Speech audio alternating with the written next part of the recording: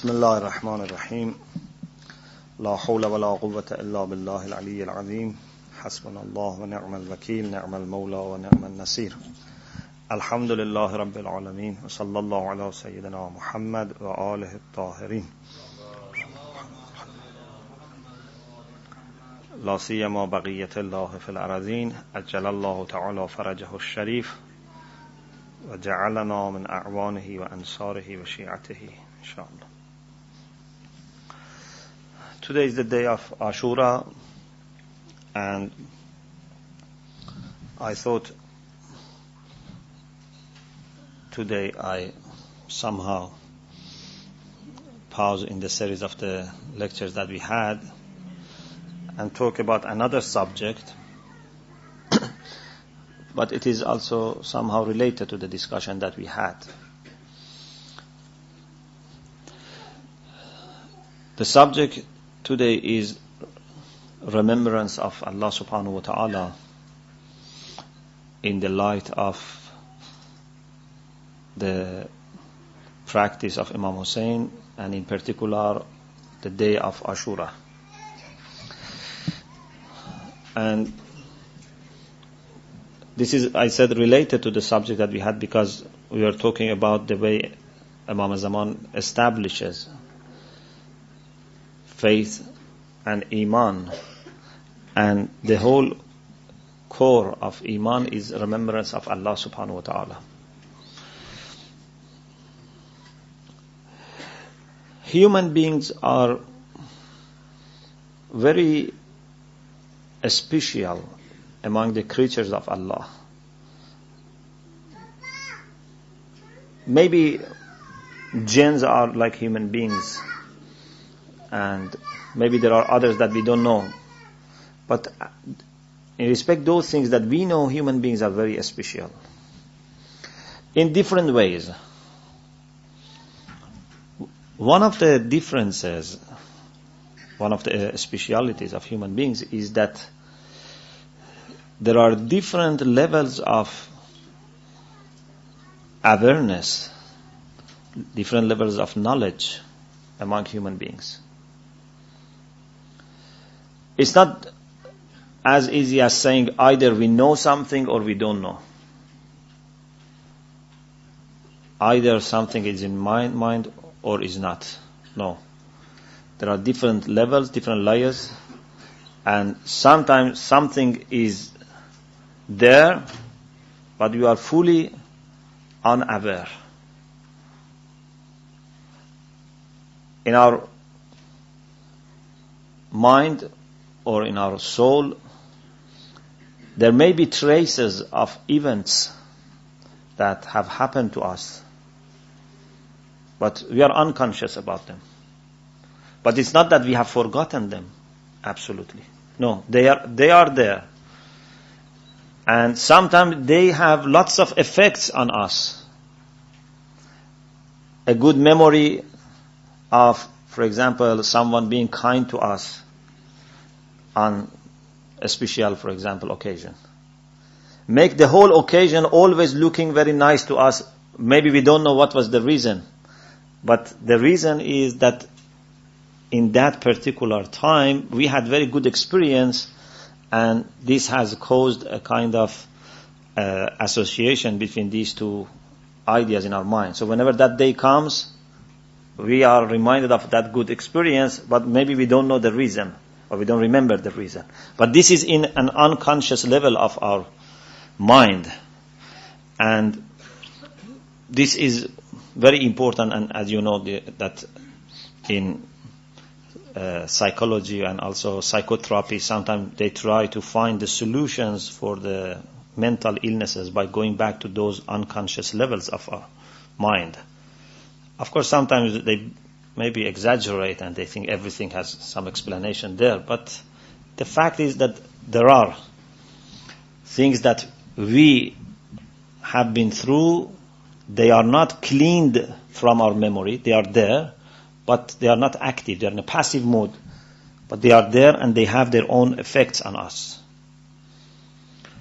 Sometimes it's more present, but still you need efforts. So it's not difficult. You can make efforts and remember them. Like for example, you know some poems. You have memorized some poems. It's not that always in every second these poems are actively present in your mind, but whenever you want, you can bring them to your mind. You can remember them. This is possible. And in fact, because we cannot have attention to many things at the same time, this is a blessing of Allah subhanahu wa ta'ala, that we have this possibility of having a short-term memory in which we can put things a standby, and whenever we want, we bring them. When we don't want, we put them back. Otherwise, if everything was present there, we would be mad. If we are surrounded by thousands of memories and we don't know, which one we should pay attention. So, this is good that Allah subhanahu wa ta'ala has given us also a short-term and accessible memory, so that whenever we want, like a library, you go and bring the book that you want from the bookshelf and read it and put it back. Of course, unfortunately, many of us do not have that much control on this process. So, we may remember things that we don't want. Or, sometimes, I want to think about something, but I am taken away miles from what I want to concentrate on by other things. I want to sit on my sajjada and, have some contemplation, but then I am reminded of my, for example, job in the university, or, what my children are doing and whatsoever. It's not that always we have full control of this process, but it's manageable. And we need experience, we need practice. The more you try to have control, the more power you get. I remember that once, many years ago, I asked Ayatollah Bahjat after Salat. He was walking to his home, and I went and asked him, what can I do to control my thought, my ideas? Sometimes something comes to your mind you don't like, but it's as if they come by themselves. It's as if you have not brought them. They come by themselves. So what should I do? And he said, if I tell you, then would you accept? Would you practice? I said, inshallah. And he said, whenever these things come to your mind, don't pay attention to them. If you yourself don't pay attention to them, then after a while they stop coming. But unfortunately, when these bad memories come, we start playing with them for a while, sometimes even flourishing them, maybe a little bit enjoying, and then we say, oh, why it came to my mind? Maybe I should try next time not to. So, although we don't have always control over these memories, but it's up to us. We can practice and we can gain control over the things. So the things that we don't like, then they don't come to our mind. And even if they come, they go away very quickly. So this is another level of our attention and understanding and remembrance. There is a level which is even higher than this. And that is when you remember something and that is present in your mind, but not necessarily you are only thinking about that and concentrating on that. Maybe you are doing other things, but still this is like a background for your ideas. Like what? Like for example, the intention that you have for salat. Or if you go to Hajj, you have intention, niyyah. Okay? Is this niyyah something that is in unconscious level of your mind? No. Is it something that you have memorized and put it there so that whenever you want, you go and bring it? No. But is this intention always in your mind that I am performing 4 rak'ah of Salat al-Zuhr, qurbatan ila Allah? No. So something in between the second and the fourth. And that is like a background in your mind against which you act. You recite Hamd, you recite Qul Huwa Allah, you go for ruku and for sujood. But still this background is there. And this is what our ulama say in Risale, that if you are asked, what are you doing? Then you can answer, I am doing this. This is enough. You don't need always to remember this. Because if you always remember this, then you cannot do anything else. You cannot concentrate on your qira'ah or whatsoever.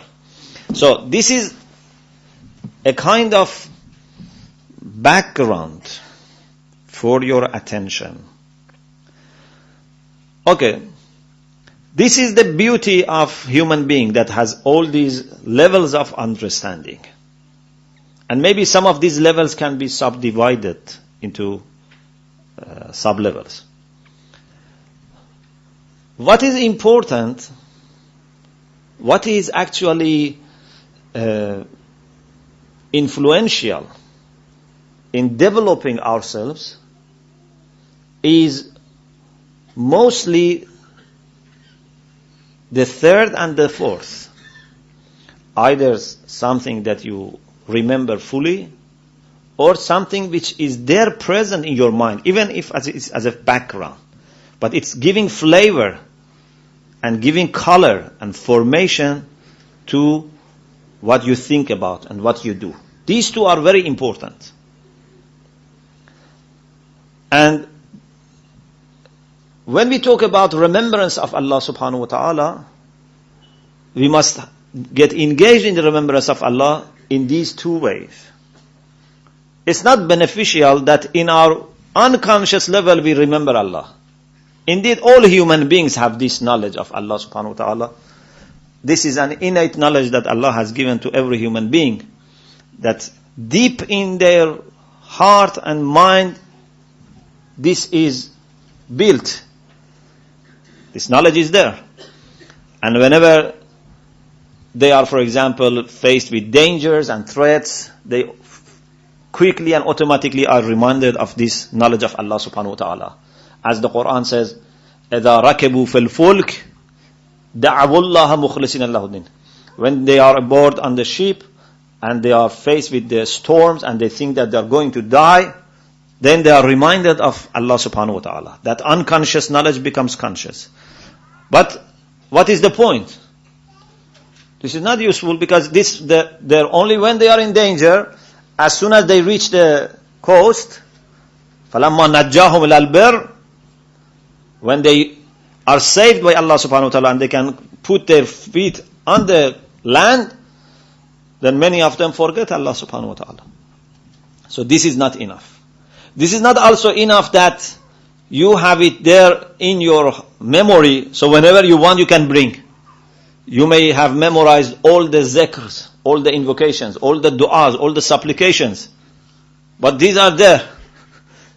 Whenever I ask you, you can tell me. But are they active and effective? No. These are just in archive.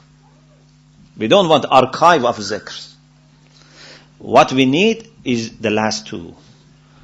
Either you remember Allah subhanahu wa ta'ala in a very present way, or at least it's a background for your activities. These are the things that we need. Allah subhanahu wa ta'ala says in the Quran that there are houses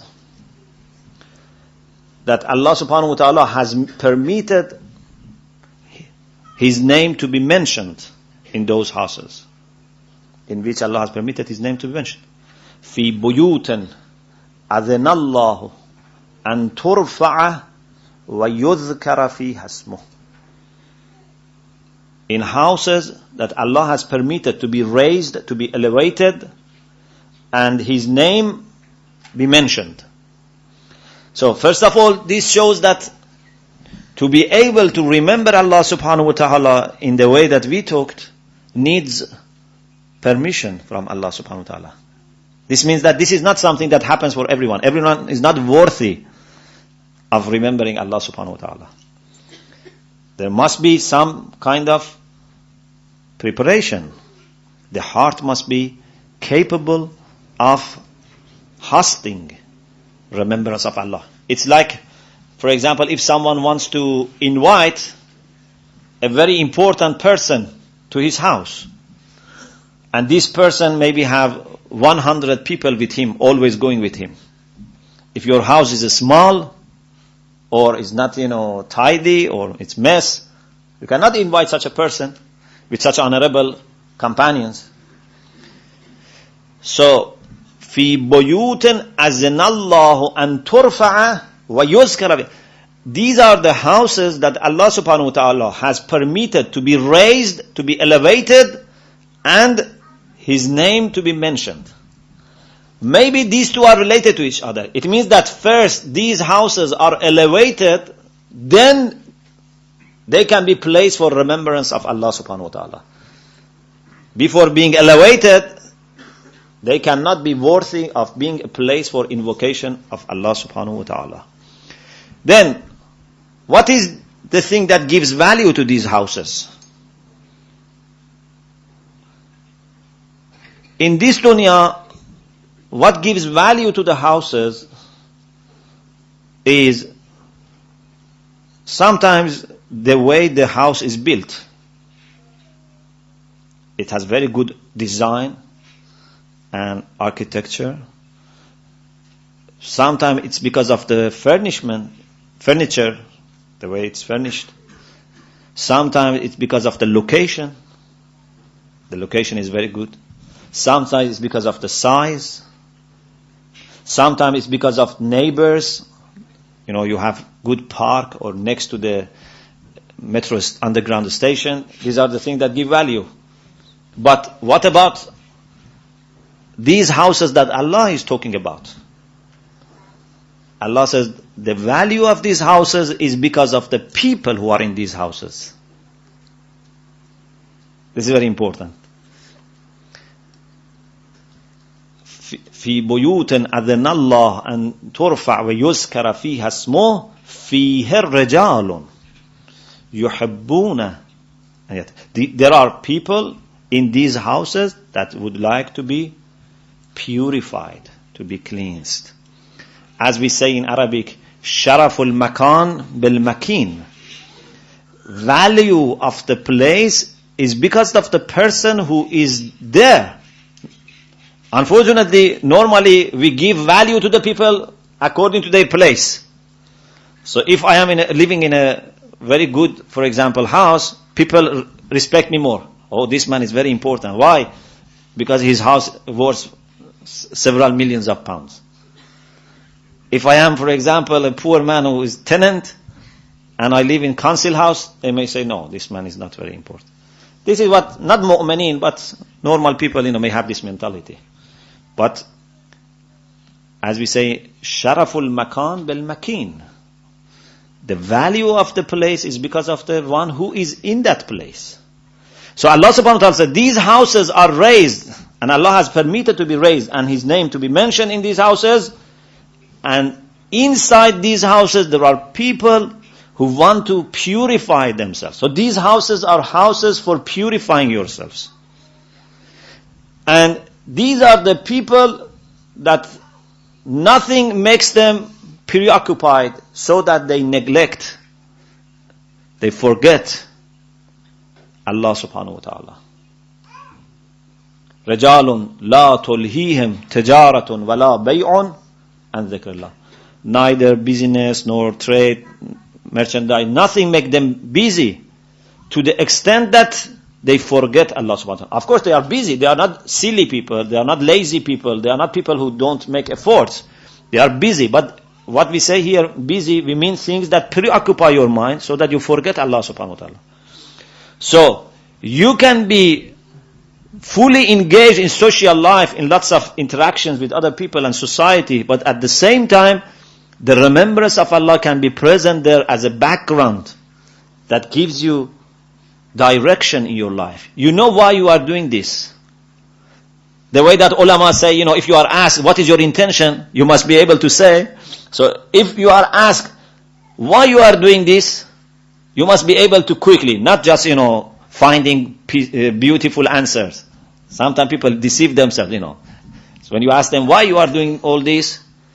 Then they find, to find beautiful answer. Oh, I do this for the sake of Allah to, spend some money on my family and give to the poor people. No, these are the answers, that you have brought from archive. We don't want this answer. We want something which is background of your mind. Something that quickly you can say. And these are the things that we can hope to be able to carry with us to the other world.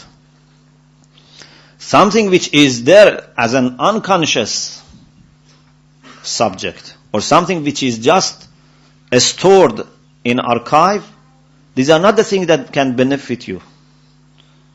If someone knows all the names of Allah subhanahu wa ta'ala, 1,000 maybe names of Allah subhanahu wa ta'ala, but he never is remembering Allah subhanahu wa ta'ala, can in the day that he dies and he is questioned by angels, who is your Lord? Can he eloquently mention those 1,000 names of Allah subhanahu wa ta'ala? Because he had this in his memory? No, that's not useful. The only thing that can people be able to answer is the things that are really part of their understanding. It has been absorbed by them. This is what they can take to the other world. Or even in this dunya, it's not just matter of death. Even in this dunya, when you are in normal life, you can remember Allah subhanahu wa ta'ala. Whenever you hear, for example, the call for prayer, you hear azan, you are reminded of Allah subhanahu wa ta'ala. Okay. To this extent, it comes. But what about when you are surrounded with all the problems? You suffer from illness, or your children are suffering from illness, you have poverty, you have, for example, family who are in problem, family relation is not good, business is not going well. Then would you be able to remember Allah subhanahu wa ta'ala easily? No.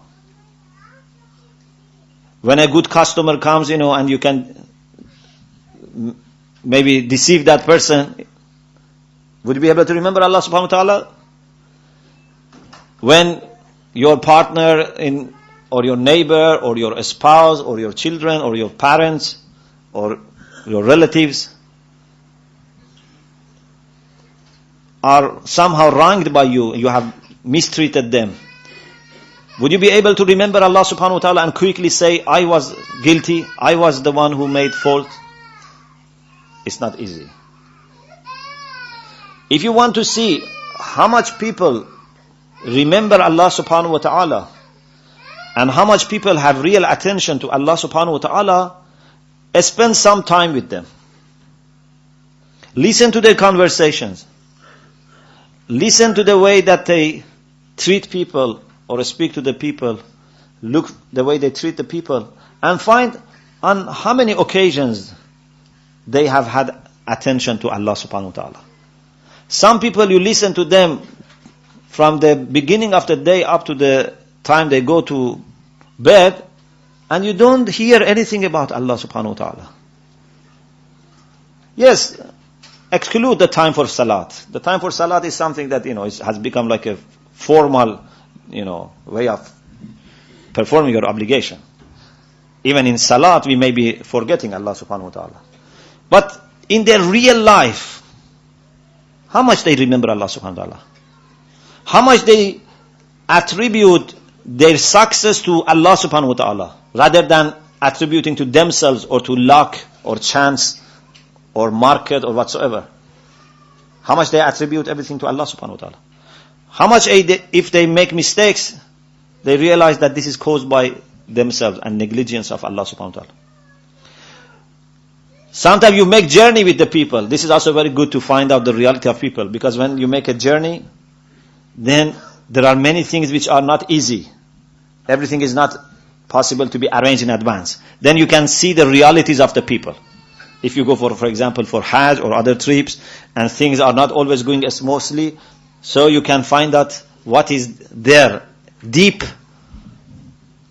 in the soul of this person. So, the people who have remembrance of Allah subhanahu wa ta'ala present in their mind, or at least as a background for what they do, these are the people whose lives are based on Allah subhanahu wa ta'ala. And whatever they do is for the sake of Allah subhanahu wa ta'ala. And when they are faced with unease, with difficulties, this doesn't make any change. Indeed, this makes them even remember Allah subhanahu wa ta'ala more. وَمَا زَادَهُمْ إِلَّا إِيمَانًا وَتَسْلِيمًا. This makes their faith stronger and their submission to Allah subhanahu wa ta'ala stronger. So having said that, now let's reflect on sayings of Imam Hussein alayhi salam and his companions. When we review the whole journey of Imam Hussein and the sermons that Imam Hussein made, the lectures, the talks that he gave, you always find that Imam Hussein very much stressing on Allah subhanahu wa ta'ala's attributes and Allah subhanahu wa ta'ala's right upon us, and that we must serve Allah subhanahu wa ta'ala, and that whatever Hussein is doing is for religion of Allah subhanahu wa ta'ala. Hussein has no personal interest. And this was not a personal issue between Hussein and Yazid. He had no personal business with Yazid. Everything was for the sake of Allah subhanahu wa ta'ala, and for seeing that things are going in the wrong direction, even worse than the time of Muawiyah, because now they are trying to establish the idea of monarchy in Islam, that a caliph then appoints his son as his successor. Because up to the time of Muawiyah, this was not there. No caliph was son of the other caliph without being qualified. Of course, the idea of imama is different. The idea of imama is like the idea of prophethood, which is mentioned in the Quran, which was going from generation to generation, because the most qualified person was the person who is coming in the next generation. But the idea of caliphate is not based on the idea of caliphate or, monarchy is not based on qualification. Even Muawiyah himself was not happy with Yazid. You know that Muawiyah wrote a letter to Yazid, and it says, when you were very young, you were a child, you used to make us very happy. But when you grew up, you always cause problem and pain. And he said, لَيْتَكَ لَمْ تَكُنْ. I wish you were not there at all. Muawiyah himself knows who was Yazid. But this is selfishness, that still he wants this to be for his son. Although he knows that this doesn't belong to him. So Imam Hussein alayhi salam, when saw all these problems, then when he was asked by the governor of Medina to pay allegiance to Yazid, Imam Hussein said, وَعَلَى الْإِسْلَامِ السَّلَامِ إِذْ قَدْ بُلِيَتَ الْأُمَّةُ بِرَاعٍ مِثْلُ يَزِيدٍ. Now we should say farewell, we should say goodbye to Islam if Yazid is going to be the leader of this ummah. And then you follow up all the things that Imam Hussein said and his companions said. Everything is based on Allah subhanahu wa ta'ala and remembrance of Allah subhanahu wa ta'ala up to the very last moment of their life. You remember what we said about, for example, Muslim ibn Aqil. That what did he say in the palace of Ibn Ziyad? And other companions of Imam, even the young children, like Qasim, like the son, another son of Imam Hassan, like Hazrat Ali Akbar. All companions, all members of Ahlul Bayt, always their conversations were full of reference to Allah subhanahu wa ta'ala. And this is what made this movement unique. Because there is nothing, no impurity, no selfish or worldly intention involved in the part of Imam Hussein alayhi salam. And on the other side, you see everything is selfish, And everything, even if it is sometimes given some religious significance, it's just make-up. It's just hypocrisy. Because they themselves knew that this is not for the sake of Islam. And they knew that they were doing something wrong. Indeed, they did something that I was thinking, I've been always thinking about this, but the last few days something new came to my mind. Because I was always thinking that how it came that these people so brutal. The things that they did with Imam Hussein was very brutal. You know, if, for example, if you say, okay, these people wanted power, like Ibn Ziyad, okay, like Omar Assad. They wanted power, they wanted position, so they get involved in the murder of Imam Hussein. Okay, this is understandable. But why they didn't kill Imam Hussein with respect? Why they didn't act as a civilized person? When you kill your enemy, you must respect. Okay, give him one hit and kill that person.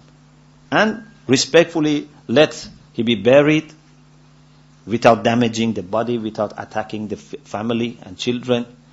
But the way they did, even maybe in the time of Jahiliyyah, was not done. I don't remember any story that in the time of Jahiliyyah they did such a thing with their enemies. So, why they became so brutal? The thing that we cannot mention.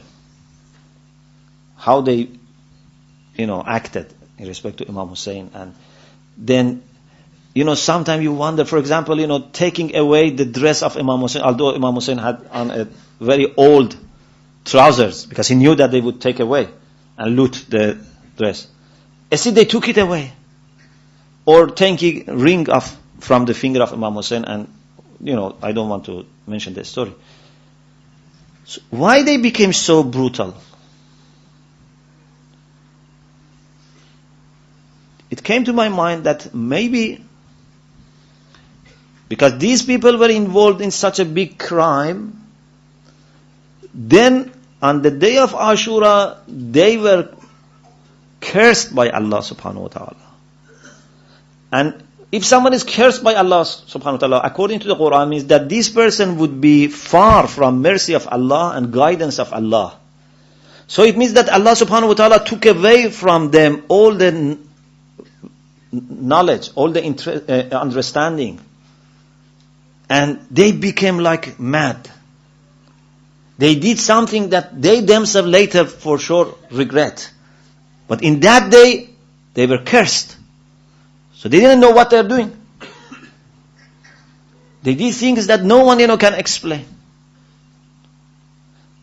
Even we have that the person who was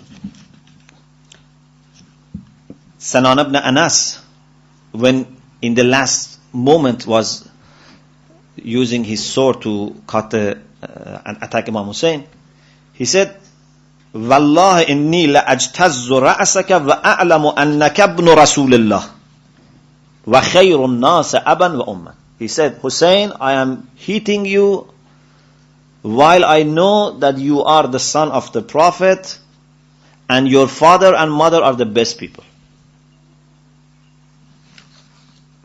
This is the way that he was saying. So, on the side of Imam Hussein, everything was showing remembrance of Allah subhanahu wa ta'ala.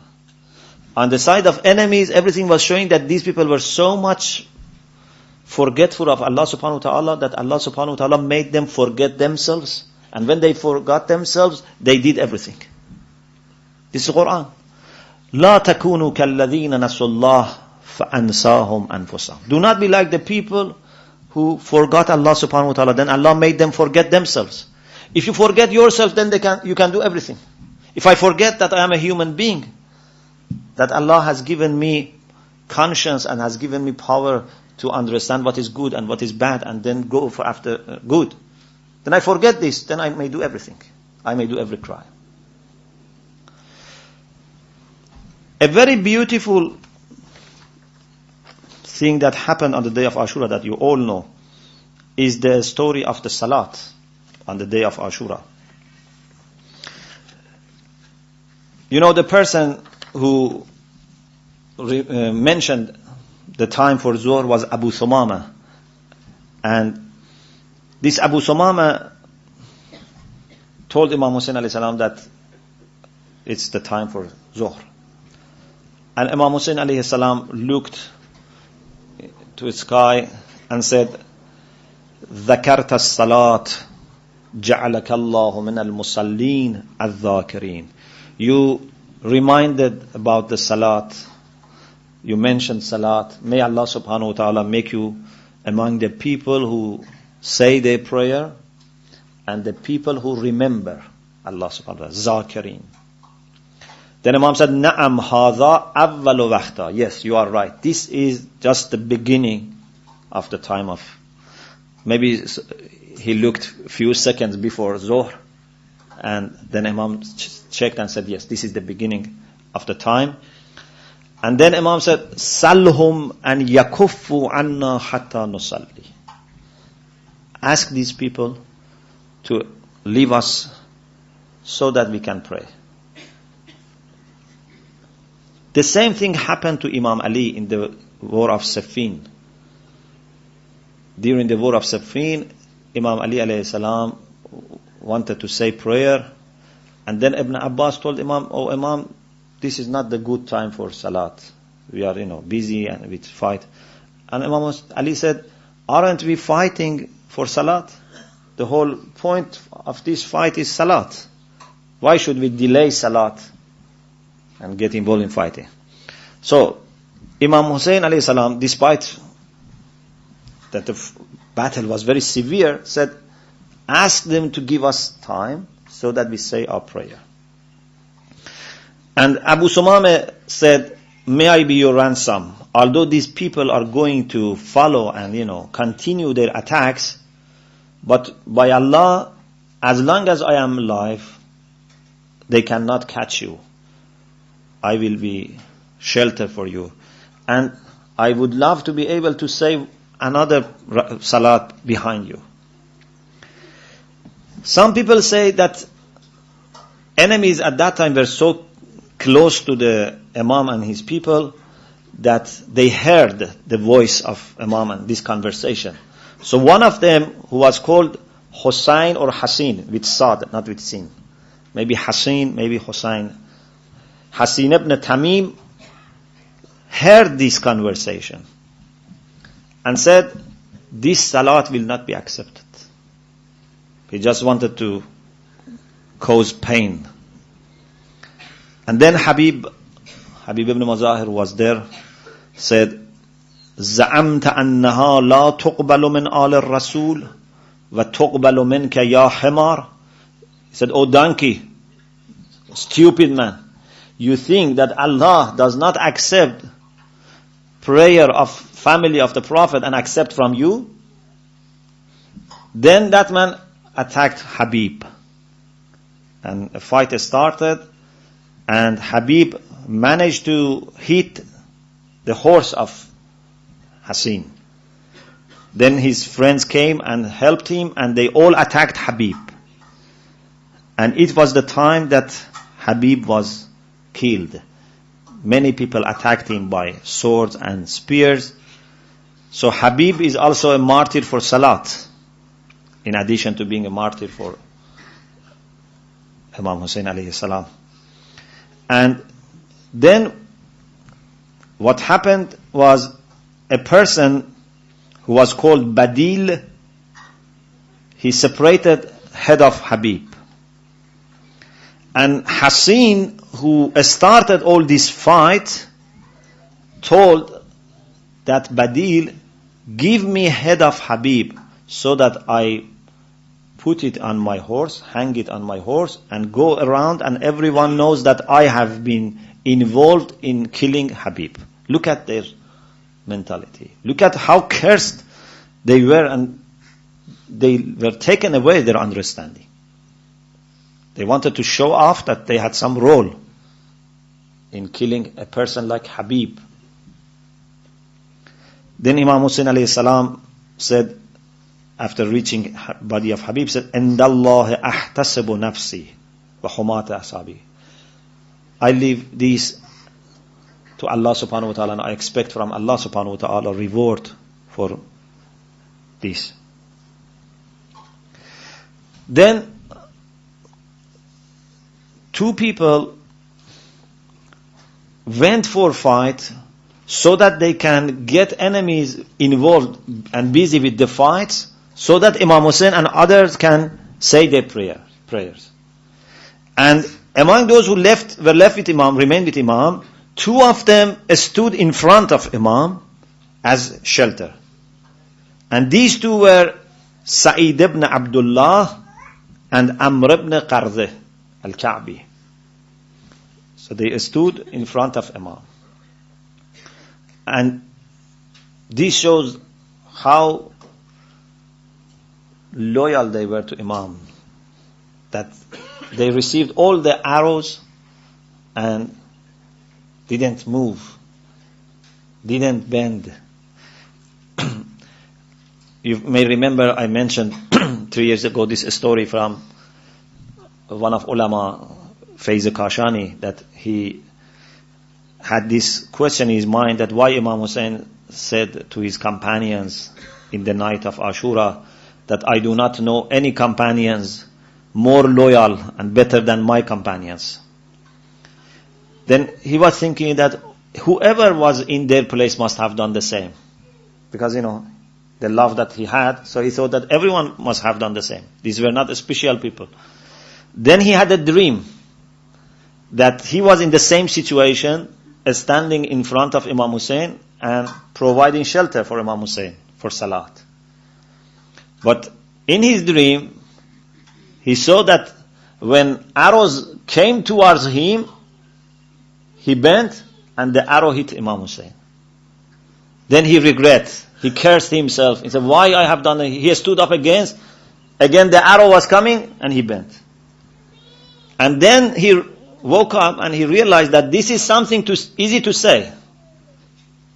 But to remain and even have control over your unconscious reactions, it's very important. Because when arrows come, automatically you may just bow down or bend. So how powerful these people were, how determined they were, how much control they had over themselves, that they remained. And then, when Salat finished, they fell down. Okay, now, if any ordinary moment was there, or even, maybe a very good moment, would have thought, okay, now Alhamdulillah, I have made something, I have done some achievement. Must be proud of himself. But these people still were worried whether they have been loyal enough to Imam Hussein or not. So when Imam Hussein alayhi salam went towards Sa'id ibn Abdullah, he opened his eyes and saw Imam Hussein on his next to him. Said, "Awwafaytu yabna Rasulullah." O son of the Prophet, have I been loyal? Have I performed my duties towards you? This was his concern. And Imam Hussein said, Na'am, anta amami fil jannah. Yes. And in heaven also you will be in front of me. You will always be with me. And wherever I want to go, like people, who have some guards, they go in front of them. These people also will be with Imam Hussein. Then the other man, Amr ibn Qarz, asked the same question. Awafaytu yabna Rasulullah. Imam Hussein again said, Na'am anta amami fil jannah. And then Imam Hussein said, Faqara Rasulallah minna salam wa a'limhu anni fil earth. Say my salam to the Prophet and tell him that Hussein is coming soon. This is the way that Imam Hussein and his companions were concerned about remembrance of Allah and about Salat. And also, you remember what we said about the night before Ashura, that Imam Hussein asked for another night so that he can remember Allah subhanahu wa ta'ala, he can recite the Quran. And he said Allah knows that Hussein loves to recite the Quran, loves to ask forgiveness. And many other things, many other conversations, many other mottos that they had during the battle, all showed full remembrance of Allah subhanahu wa ta'ala. And among the things that shows the remembrance of Allah very much present was when Imam Hussein alayhi salam, in the last minutes of his life, receiving all those attacks and falling down, and again mentioning names of Allah subhanahu wa ta'ala and his commitment to the religion of the Prophet. And maybe this inshallah can be a lesson for all of us, that we need to establish and to deepen the level of remembrance of Allah that we have, so that in all circumstances we can remember Allah subhanahu wa ta'ala, not just when we are on sajjada or we are in the mosque.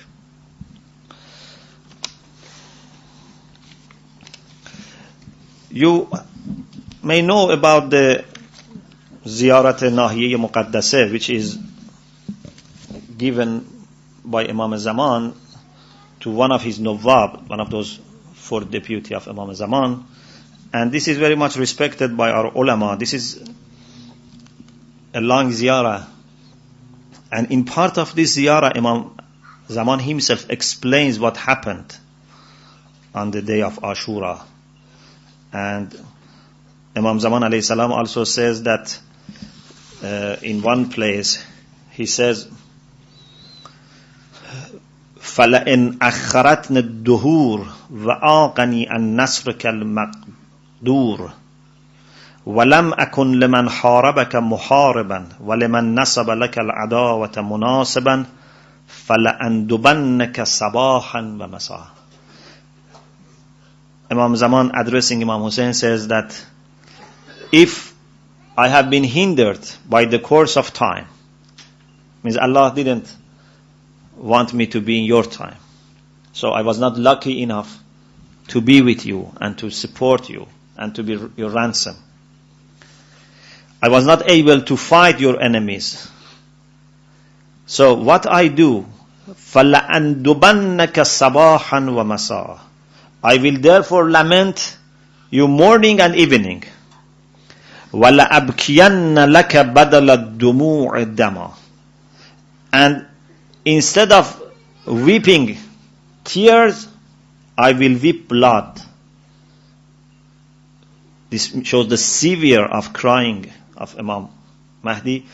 Maybe it means that there are no tears left for Imam. Maybe it means that it will be very painful kind of tearing, as if he's weeping blood. Then Imam says, until I meet death from the pain of the catastrophe and the shocking grief. So this is why I said, unfortunately we cannot see the way Imam Mahdi himself does mourning for his grandfather. If we could have seen that, then we would have realized what is the proper way of mourning for Imam Hussein. Because he knows exactly what has happened to Imam Hussein. Assalamu alayka ya Aba Abdullah. We should hope that inshallah Imam Hussein is giving answer to our salam.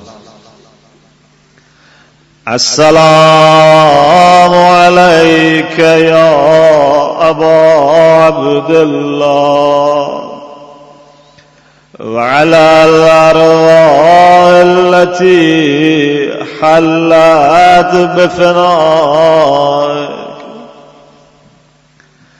عليك مني سلام الله أبدا ما بقيت وبقي الليل والنهار ولا جعله الله آخر العهد مني لزيارتكم السلام على الحسين وعلى علي ابن الحسين وعلى أولاد الحسين وعلى أصحاب الحسين. ظهر عاشورا زمین کربلا بود و حسین پیش خیل دشمنان تنها خدا بود و حسین. In the afternoon of Ashura, it was only Hussein and Allah. هر طرف پرپر گلی از شاخه‌ای افتاده بود و اندر آن گلشن خزان لالا بود حسین. In that garden, Hussein was as if it's autumn, all the flowers had perished. The only flower which was remained was Hussein. داشت در آغوش گرمش آخرین سرباز را زان همه یاران علی اصغر به جا بود و Hussein had no soldier. Of course he had Ali Asghar, but by no means Ali Asghar was a soldier for Hussein. It was the brutality of enemies who considered Ali Asghar as a soldier and attacked him. آخرین سربازم غلطید در خون گلو بعد از آن گل خیمه ها ماتم سرا بود و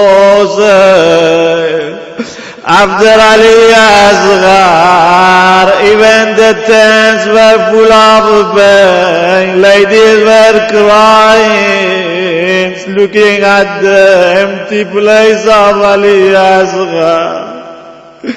یک طرف جسم علمدار رشید کربلا غرق در خون دسترش از پیکر جدا بود Imagine what situation of Hussein looking in one side and seeing the body of Abbas without hand. اون و جعفر اکبر و اصغر به خون خود خضاب Children of Zainab, children of Hussein, children of Hassan, all were covered with their blood. Karbala chun lal zaran ba safa بود Hussein. Karbala was full of flowers and Hussein was left alone. But this is not the end of the story. This is not where the enemies stop. Then they started attacking Hussein himself. تیر باران شد تن سالار مظلومان فراز هر طرف از شش جهت تیر بلا بود Then they started attacking Hussein by swords, by spears, by sticks, by stones, whatever they had, they used to attack Hussein. Imam Zaman in his Ziyarah says, قد عجبت من صبرك ملائكة السماوات. Oh grandfather, the angels of the heavens were astonished by your patience. فأحدقوا بك من كل الجهات. The enemy surrounded you from all sides. وأثخنوك بالجراح. We came you by inflicting wounds. وحالوا بينك وبين الرضا. They prevented you from taking any reward. ولم يبق لك ناصر. You had no helper remaining. وأنت محتسب صابر. You were brave yet patient. تصب عن نسوتك وأولادك. You were defending your women and children. حتى نكسوك عن الجراد. Until they caused you to fall from your horse. فعليت إلى الأرض جريئا. You fell to the ground wounded. تتعك الخيول بأعواف الرؤوس. Trampled you with their hooves. وتعلوك الطغاة ببوادرها. Tyrants raised their swords against you. قد رشال الموت الجبين. The sign of death appeared on your forehead. واختلفت بالانقباض والانقباض شمالك ويمينك. You continually clench and unclench your hand. تدير طرفا خفيا إلى رحلك وبيتك. Secretly gazing upon your caravan tent. وقد شغلت بنفسك عن ولدك وأهلك. While trapped by yourself away from your children and family. ألا لعنة الله على القوم الظالمين. وسيعلم الذين ظلموا أي منقلب ينقلبون.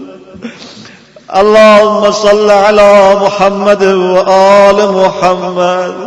Oh Allah, send the blessed and greatest salutations to Imam Hussein and all the martyrs of Karbala.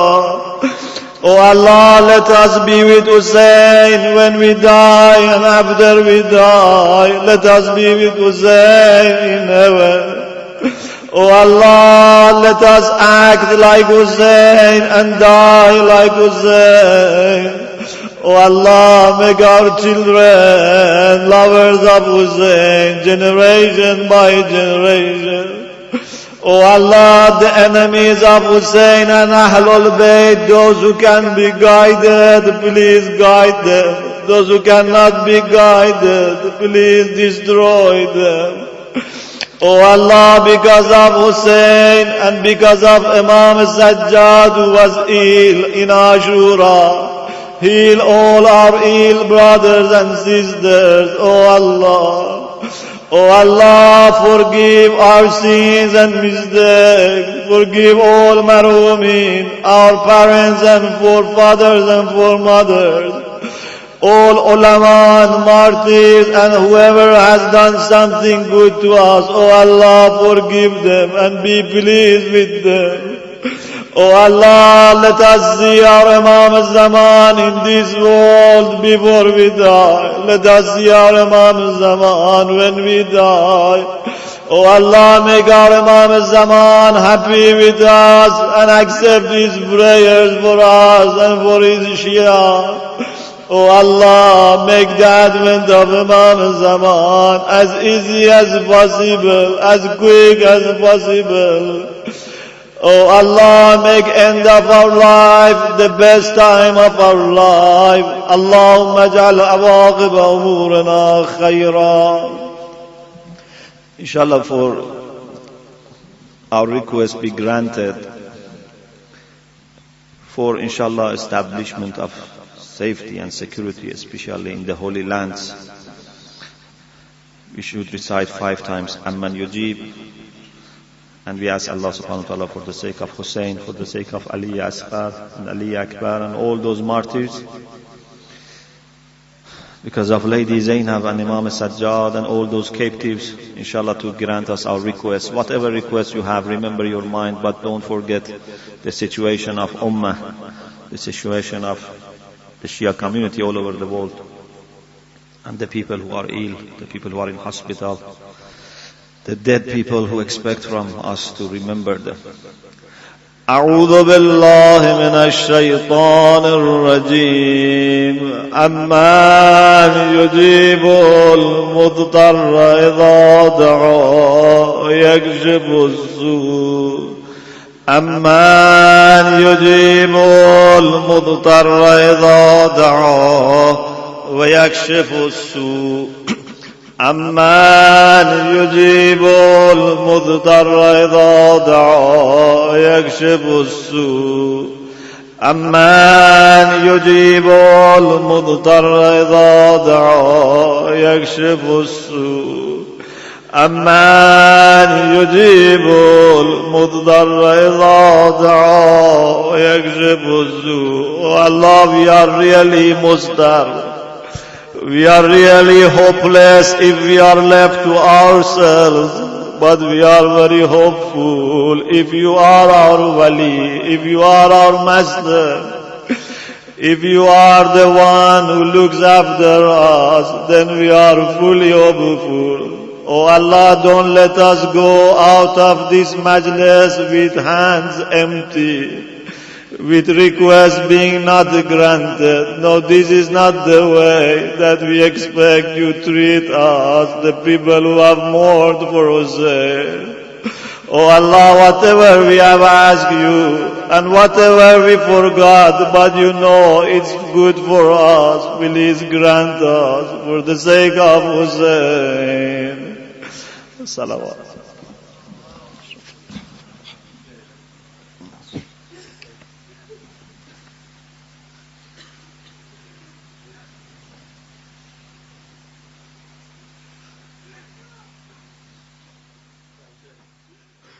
Ya Hüseyin.